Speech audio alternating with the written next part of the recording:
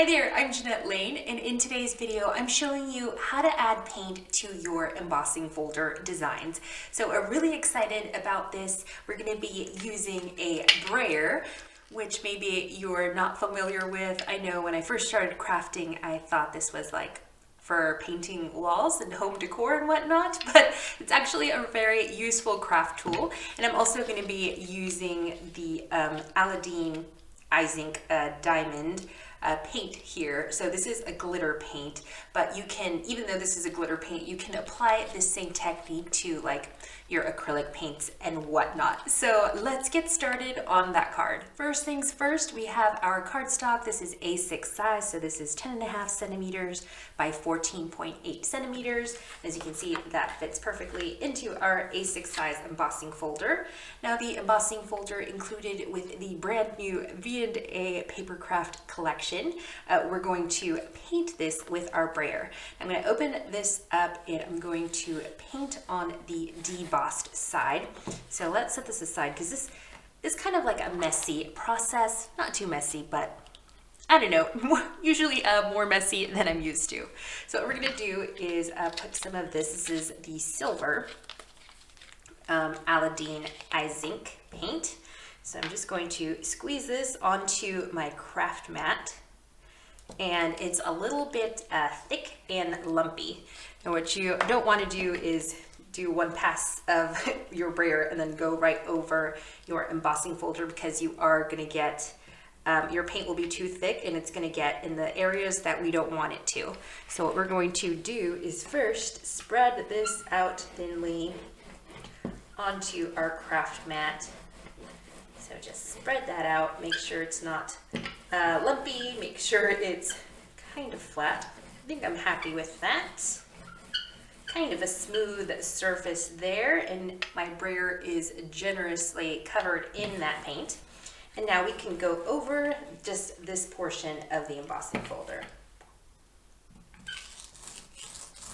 So we're just going to go back and forth over all the embossing folder, and it's getting all those debossed areas, and it's leaving the leafy design clean and paint free. Now I'm using this diamond paint from Aladdin, but of course you can use any paint. Just make sure that it's not too watery. You want to use kind of like an acrylic paint that has sort of some body to it, so that it's not like dripping and running into your debossed design, so you don't want that to happen. So this one is nice. It's got a good texture to it.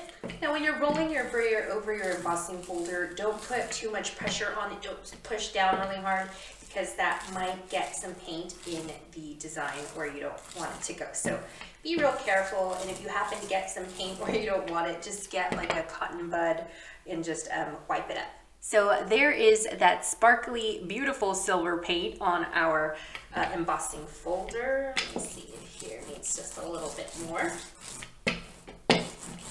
And now we can put our paper inside and run this through our die cutting machine.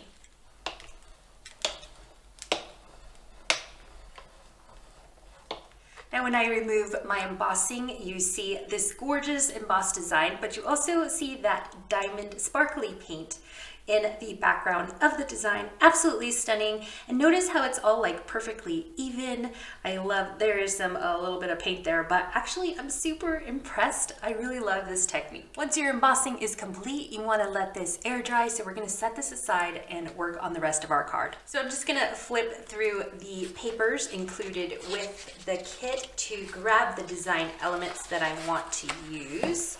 So this is the page. So I'm going to die cut these, because we have the die set, coordinating die set for the butterfly and also this flower here, and then I'm going to fussy cut this sky.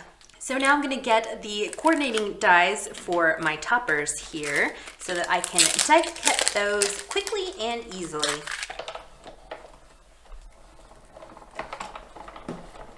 Now I'm just fussy cutting all the toppers that don't have a coordinating die set, and then we can move on to the next step.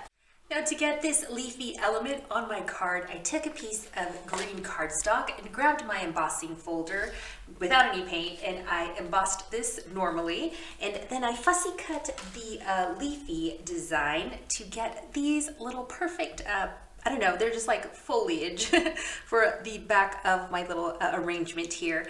And I'm really happy because, I don't know, I feel like the design is stunning and I'm happy to be able to use my embossing folder in a different way. Next, I'm taking a piece of this paper here from the V&A Paper Craft Collection kit. So this is the solid blue. And what I'm gonna do is grab my stamp set, and I love this itty bitty little floral stamp there.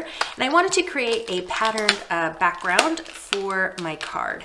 So what I'm just a pattern strip, not a patterned background, sorry, but I am going to do some stamping on here. So let me move these toppers out of the way, and also my die cutting machine. I need a bigger craft desk. I'm sure we all can relate. What I'm going to do is mount my little itty bitty stamp onto my acrylic block, and then I'm grabbing my Polar Ice Nouveau Hybrid ink. And I'm just gonna do a repeating pattern across my card. So I've trimmed down my stamped strip here, and this is 10.5 centimeters wide, so just as wide as my card. And you can make this thicker or thinner depending on your preference. This is about a little bit like maybe 2 3/4 inches wide. So completely up to you. I just love that it adds interest to my card. Now the last thing I want to do before I mount everything to my card is to stamp my sentiment. So I'm going to grab this Get Well Soon because it fits perfectly in this topper. That looks nice. And for my ink, I'm going to be using Archival ink in Jet Black.